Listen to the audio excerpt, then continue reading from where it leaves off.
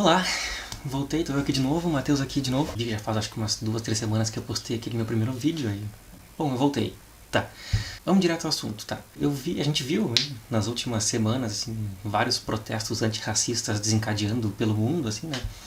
E uma das consequências desses protestos foi, dá pra chamar de ressignificação de certos monumentos dedicados a pessoas que são considerados alguns heróis em alguns países, assim, pessoas muito importantes, que tinham um lado, digamos, muito ruim, né?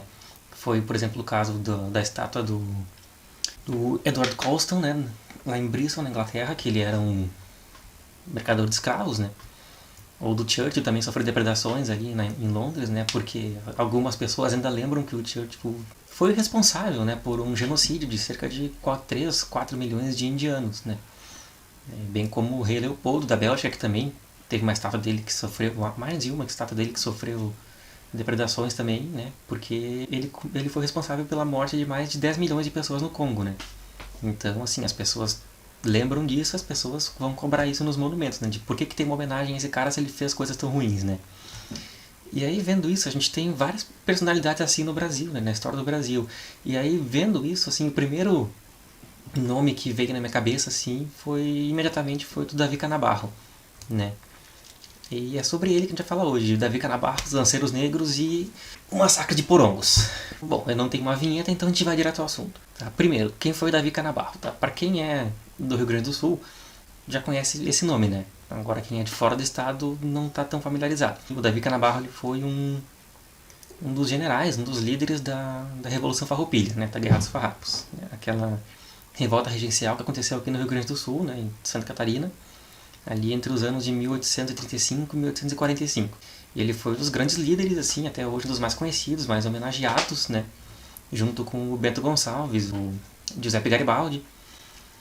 E, bem, sob o comando dele, do Davi Canabarro, estavam os Lanceiros Negros. Beleza, quem eram os Lanceiros Negros, né? Eles eram uma tropa de guerreiros negros que combatiam principalmente com lanças, né? Era bem como o nome diz. Eles eram, sobretudo, escravizados que se juntaram ao exército Farroupilha com uma promessa de liberdade. Tá? Guardem bem essa informação. Enfim, no dia 14 de novembro de 1844, né, já no finzinho da guerra, os Lanceiros Negros assim, eles são surpreendidos de madrugada. Né, o acampamento deles é atacado de surpresa pelas tropas imperiais, né, comandadas por um cara chamado Francisco Pedro de Abreu, chamado também apelidado de Moringue, era o apelido dele. Assim, os acampamentos eles eram separados, né, dos brancos, dos negros e dos indígenas. E o foco do ataque foram dos negros, né. Apesar de ter refletido todos os que estavam à volta, assim, né, o foco do ataque foi dos negros. Se eles foram pegos de surpresa e se sucedeu um massacre, assim, né, e cerca de 100 homens foram mortos naquele dia e mais de 300 foram capturados pelas tropas imperiais, né, e daí foram levados primeiro para Rio Grande e depois para o Rio de Janeiro, onde eles foram servir como escravos da nação, né. Eram aqueles escravizados que pertenciam ao governo imperial. E essa foi a última batalha dos Farroupilhas, né? E aí, logo depois disso, em março de 45, foi assinado o Tratado de Ponte Verde, que acabava a guerra. Então tá, beleza. O que tem a ver tudo isso? Né? O que o Davi Canabarro tem a ver com isso? Por que eu tô falando disso aí, nesse contexto que eu falei? Né? Porque logo depois começaram a ter primeiro suspeitas, depois investigações e trabalhos em cima disso, sobre a possível conivência ou talvez até envolvimento do Davi Canabarro nesse ataque, né? Então, assim, o que era chamado até então de surpresa de Porongos começou a ser chamado de massacre de Porongos ou até de traição de Porongos, né? E assim, o que nos leva a crer que foi uma traição do Davi Canabarro, né? Vamos por partes. A gente tem vários indícios que levam a isso, né?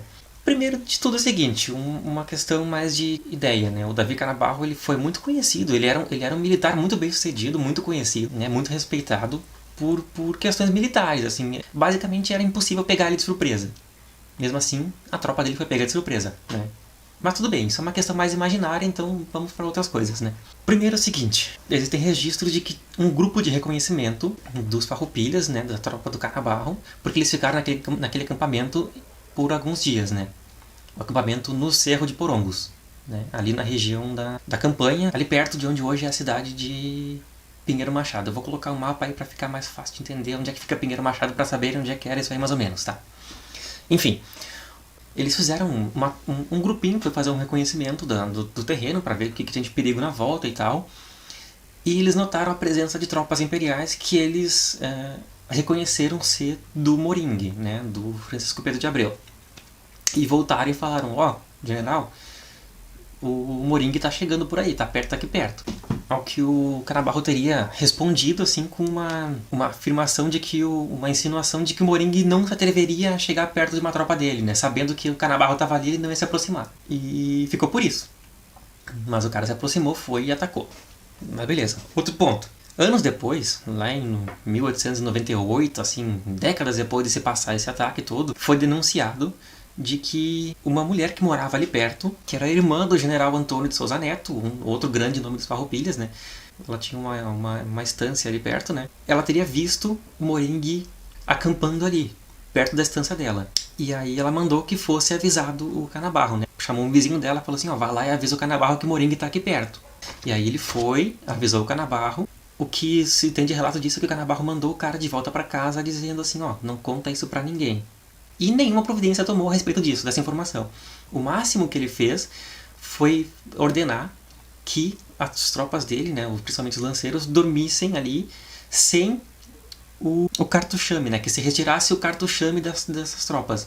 Né, o que é cartuchame? É a providência de cartucho de arma de fogo. Ou seja, ele ordenou que os caras dormissem ali sem nada de arma de fogo por perto. Eles tinham no máximo as lanças para se protegerem de qualquer coisa. Foi isso que ele mandou os caras fazerem, o que é muito suspeito. Convenhamos. Anos e anos depois também, né, no meio das discussões entre se ele era ou não culpado, porque tinha gente que culpava ele e gente que defendia, né? No meio dessas discussões surgiu aí a denúncia de uma carta, né? Uma carta muito famosa, muito conhecida depois disso. Essa carta foi enviada pelo Luiz Alves de Lima Silva, então Barão de Caxias. Mais tarde ele vai receber o título de Duque de Caxias, né? Que ele havia sido designado pelo imperador para lidar com a revolta farroupilha. Enfim, essa carta era do Barão de Caxias pro Moringue, em que ele dizia assim, ó, tu ataca o lugar lá tal, dizia a hora, data e local para atacar as farroupilhas, que tudo já estava combinado com o Canabarro. Que mais ou menos assim, ó. Regule suas marchas de maneira que no dia 14, às 2 horas da madrugada, possa atacar a força ao mando de Canabarro que estará nesse dia no Cerro dos Porongos. Mais adiante aqui ele diz, no conflito poupe o sangue brasileiro o quanto puder, particularmente da gente branca da província ou índios, pois bem sabe que essa pobre gente ainda pode nos ser útil no futuro. Mas adiante aqui, ó, se Canabarro ou Lucas, o Lucas no caso era o Manuel Lucas de Oliveira, que era outro oficial farroupilha, né? Se Canabarro ou Lucas, que são os únicos que sabem de tudo, forem prisioneiros, deve dar-lhes escápula de maneira que ninguém possa nem levemente desconfiar. Ou seja, essa carta ele deixa tudo bem claro. Ele tinha combinado com o Davi Canabarro de que seria atacado naquele momento. E que o Davi Canabarro poderia ser salvo, assim, que o foco do ataque eram os negros, né? Essa carta foi muito discutida, porque vocês viram ali, ela é uma informação bastante óbvia, né? Ela dá tudo detalhado, até detalhado demais, assim. Por isso tem gente que suspeita de que ela seja uma forja. E depois surgiram meio que denúncias, assim, de que ela teria sido forjada pelo Moringue para desestabilizar as farroupilhas, né? E que o Duque de Caxias, né? Que, no caso, Barão de Caxias, né? Que era um homem de jogo sujo, né? Convenhamos, né? Ele não era uma pessoa de jogar limpo. Teria gostado dessa ideia e ele assinou, né? Tanto que a assinatura que está na carta, essa carta existe, ela está no Arquivo Histórico do Rio Grande do Sul, foi autenticada pelo Arquivo Histórico do Rio Grande do Sul, eles reconhecem ela como verdadeira, a assinatura do Duque de Caxias nela é verdadeira. Então ele teria assinado essa carta mesmo com esse objetivo. Se foi tudo feito depois ou antes para estabilizar, ou se foi combinado mesmo, isso aí é uma grande dúvida que a gente pode até desconsiderar no meio dessa investigação, assim, né? Porque todos aqueles outros indícios de antes já levam a crer que o Davi Canabarro, ele ou negligenciou ou ele foi conivente. Ele realmente foi um traidor, assim. O próprio Bento Gonçalves foi o primeiro a dizer, assim, poucos dias depois do acontecimento de Porongos, antes de começarem a surgir qualquer evidência ou coisa assim, ele foi o primeiro a reparar que alguma coisa estava errada, a insinuar que o Davi Canabarro tinha feito alguma coisa de errado, até insinuar que ele era um traidor. Porque ele dizia assim, ó, pela geografia de Porongos, do Cerro de Porongos, né, eu vou botar aqui algumas fotos, assim, tu consegue ver que ele é muito fácil de tu ver, assim, ele é um terreno bastante limpo, e estando numa boa localização tu consegue ver bem toda a área, assim, né. E o Bento Gonçalves dizia, assim, que naquele Cerro de Porongos é basicamente impossível uma tropa inimiga se aproximar e ninguém perceber, entendeu? Mesmo que não tivesse nenhuma equipe de reconhecimento, assim, ele não teria como não ter visto nada. Então ele dizia assim, alguma coisa não bate. Inclusive ele insinua, né? tem cartas dele logo depois disso ali, isso foi em 14 de novembro, né? Porongos foi em 14 de novembro. E tem cartas dele logo depois, dia 27 de novembro. Ele desabafa que ele tá desolado com esse ataque e tal, né? Quem tal coisa esperaria por uma massa de infantaria cujos caminhos indispensáveis por onde tinha de avançar eram tão visíveis que só poderiam ser ignorados por quem não quisesse ver nem ouvir, ou por quem só quisesse ouvir a traidores talvez comprados pelo inimigo. Com vários pontos de exclamação. Ou seja, basicamente ele diz assim, é impossível os caras terem se aproximado lá e o Davi Canabarro não ter nem percebido. Agora a gente sabe que ele percebeu, ele soube, ele só não quis se preparar. E aí tu me pergunta assim, Matheus, mas por que ele faria isso? É uma grande pergunta, por que ele faria isso? Vamos analisar então o contexto, toda a situação, toda a conjuntura, né? Primeiro, lembra nisso que eu falei que os lanceiros negros eles eram principalmente escravos, né, que haviam fugido e se juntado ao exército farroupilha com a promessa de liberdade, né? A gente não pode confundir isso com o fato de dos farroupilhas, né, serem abolicionistas. Eles não eram. Isso é uma confusão que se faz em cima disso, mas não é verdade. Eles não eram, nunca foram abolicionistas, eles não tinham esses ideais. Eles prometeram liberdade àqueles que lutaram ao lado deles, tá? Eles não prometiam liberdade na república que eles iam criar, né?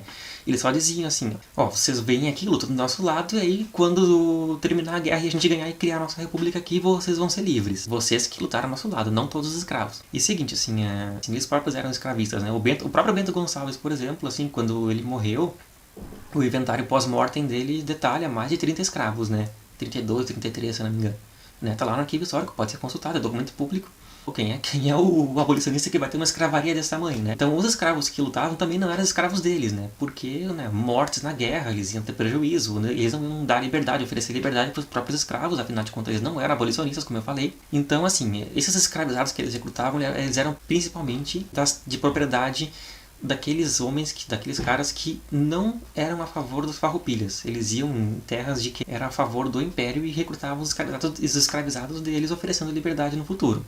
Então é o seguinte, e aí esses caras aí vão lutar do lado deles querendo liberdade depois. Eles vão lutar pela liberdade deles, não pelo ideal farroupilha. Aí, quando se começa a negociar a paz com o Império, os farroupilhas falam assim pro Império, ó, a gente prometeu liberdade pra esses caras aqui, dá pra fazer isso aí? E o Império diz, não. Eles vão ter que voltar pras terras onde eles vieram, assim, pras fazendas, pros senhores deles, né? E isso não é negociável. E aí eles ficam num impasse, assim, né? Tipo, o que a gente faz? E agora? A gente prometeu a liberdade para eles, a gente não vai dar? Se a gente não der, é capaz de ter até revolta, né? Porque eles são muitos, eles têm força, eles sabem se organizar em batalha agora, eles podem muito bem recrutar mais gente e formar uma revolta de escravos aqui no Rio Grande do Sul inteiro. Esse era o medo dos farroupilhas. Virou uma condição, assim, né? E por isso que acabou sendo muito conveniente pro Davi Canabarro que eles fossem mortos capturados. Porque o Davi Canabarro era um cara que já não aguentava mais. Porque afinal, depois disso aí, foi em 44, já é quase 10 anos de guerra. Tinha vários deles que não aguentavam mais, né? Já abriam mão dos ideais farroupilhas da república e estavam dispostos a fazer um acordo com o Império. Então, seja lá o que fosse. E o Davi Canabarro, ele não era abolicionista, ele era escravista, extremamente racista. Esses negros que estavam nas tropas dele eram nada mais do que um problema a ser resolvido para poder acabar com a guerra logo. Então, por isso que teria sido muito conveniente para ele que eles fossem atacados e dizimados. Se ele combinou isso com o Duque de Caxias ou não, a gente não tem como ter certeza, né? Aquela carta é uma evidência disso, só que como tem muita gente que duvida, a gente não vai entrar tanto nessa discussão. Tudo aquilo que a gente viu antes, assim, de como ele foi avisado e como ele nada fez para prevenir esse ataque, pelo contrário, ele tirou a munição bélica dos caras, né? Deixou ele só com as próprias lanças, né? Os caras morreram lutando, eles morreram bravos, assim, eles eram pessoas de muita garra e muita bravura. E eles morreram lutando, eles não se renderam, né? E aí eles foram, no final, muitos foram mortos, muitos foram capturados. Se isso foi um combinado com o Duque de Caxias para acontecer, a gente não vai discutir isso, né? Mas que foi conveniente pro Davi Canabarro foi. Ele pode não ter combinado, mas ele ficou sabendo que eles estavam vindo, que o Império estava vindo atacar, e ele pode ter achado muito conveniente isso acontecer e deixou acontecer. Então, assim, ele entregou uma tropa inteira de negros a ser mortos e capturados e reescravizados pelo Império, né? E aí, tá, ele foi um traidor. E daí? O que isso tem a ver com a nossa história agora, né? Como eu falei pra vocês, a gente viu meio que uma ressignificação de vários heróis nacionais de outros países, assim, né? Tinha um lado bem ruim, assim, que as pessoas estão aprendendo a olhar pra esse lado agora, né? Mas a gente tem que saber o que esses caras fizeram, né? A gente tem que saber que o Davi Canabarro ele não era um herói farroupilha, ele era um traidor farroupilha. E como é que a gente vai reconhecer como um herói um cara que entregou uma tropa inteira de negros pra ser morta pelo exército porque ele não queria dar liberdade pros caras, não queria lutar pela liberdade dos caras? Porque assim, aí eles dizem assim, porque as estátuas lá da Inglaterra, da Bélgica, não sei o que, aquilo ali é pra memória histórica, a gente não pode esquecer o que aconteceu, o que esses caras fizeram. Beleza, tá certo, a gente não pode esquecer o que esses caras fizeram. Bem, pelo contrário, a gente tem que lembrar o tempo todo. Só que uma estátua no meio de uma praça, ela não é uma lembrança, ela é uma homenagem. Se é pra lembrar do cara, bota a estátua no museu. Junto com um quadro no lado dizendo tudo que ele fez. E aí, o Davi Canabarro aqui, ele é visto como um herói. Existe uma cidade com o nome dele, lá no norte do estado. Né? Existe uma cidade chamada Davi Canabarro com uma estátua dele bem no centro da cidade. E a gente esquece, a gente ignora o fato de que ele entregou uma tropa inteira de negros para ser morto pelo exército. E por que a gente nega isso? Durante muito tempo isso foi escondido. As pessoas sabiam, né? Porque essas evidências começaram a surgir logo cedo e as pessoas ignoravam. Aquele pensamento de por que a gente vai ficar falando disso, né? Vai estragar a história da Revolução Farroupilha, né? Afinal de contas eram só negros, né? O que importa? Vamos manchar a história da Revolução Farroupilha por causa disso? Vamos sim. Vamos sim, tem que saber essas coisas, né? As coisas não são mil maravilhas. A Revolução Farroupilha é cheia de fantasias, que não vão ser o assunto hoje, mas outro dia a gente fala disso. E o Davi Canabarro, pô, olha o que o cara fez e tem uma cidade com o nome dele, entendeu? É óbvio, a gente não vai jogar a cidade inteira na água, né? Mas a gente tem que aprender a reconhecer o que os caras fizeram. Né? Tem que saber que esses caras, assim, não são heróis completos. Eles fizeram besteiras muito grandes pelas quais eles merecem ser condenados, assim, né? E é o caso do Canabarro. Ele fez uma coisa muito séria. Aí eu termino perguntando assim, né, pra vocês, né, o que mancha mais a história, né? A traição de Porongos ou a gente tratar o traidor de Porongos como um herói, né? Dar o nome dele pra uma cidade.